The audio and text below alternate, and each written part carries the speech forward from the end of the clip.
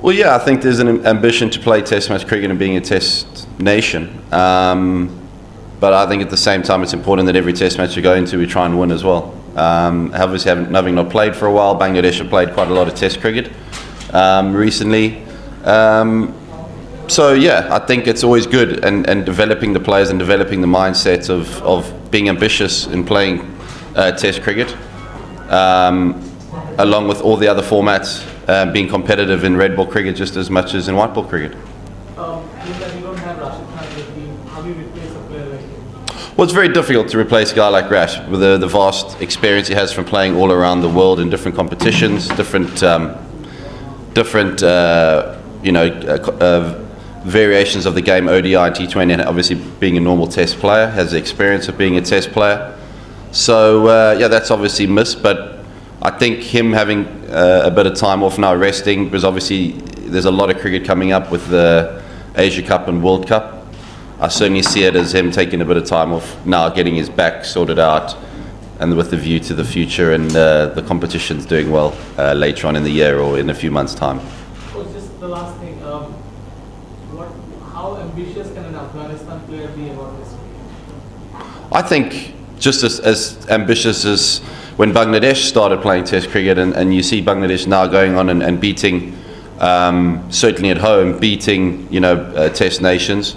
I think that's important to have that ambition. I think that's what drives a game. If you speak to many Test cricketers, I would say almost all Test cricketers, they would say they like playing Test cricket probably the most. It's their favourite format because of the challenge and the test that it creates between the two sides, but also individually as well. So that's the exciting thing and what I'm looking forward to seeing tomorrow. Hopefully we can have a good practice today and the rain stays away, and we can be really ready for the toss tomorrow.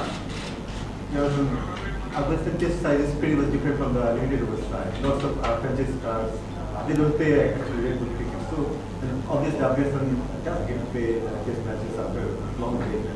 This very test you're playing after 27 months break. So how tough and actually how challenging it is when it does actually get a chance to play a test match. How tough it is. Well, it certainly is. I think there's a lot of guys who haven't been involved in ODIs that much or not at all.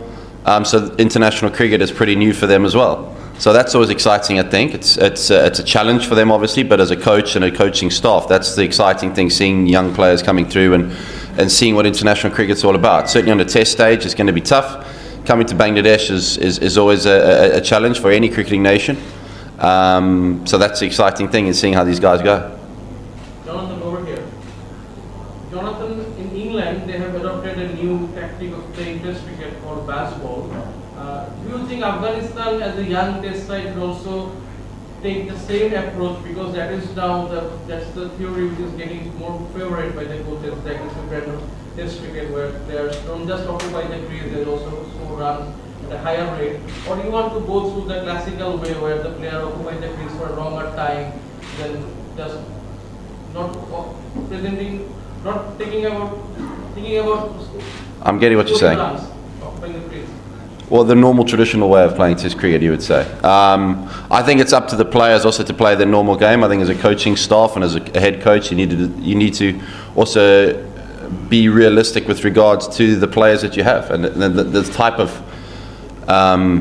intent that you want to have as a side and the style of cricket you want to play. It depends a lot on the players. You've got to be able to adjust and be able to do both, attack at times and defend at times.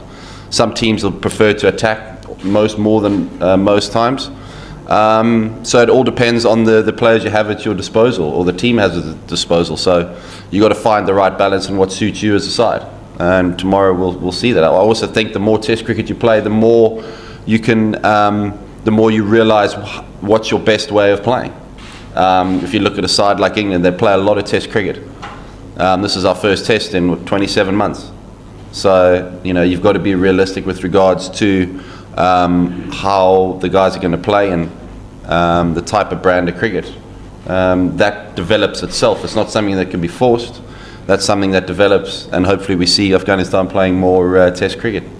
Coach, there has been a lot of talk with the green top and the face off between the two sides, pace bowling unit.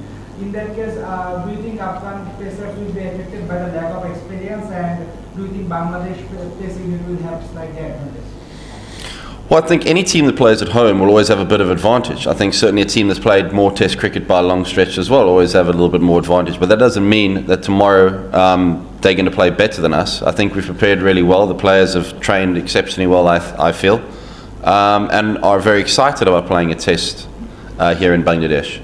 So whatever's happened in the past or whoever's favourites or conditions, it's all about what happens tomorrow and who does it the best. And it's my job and our coach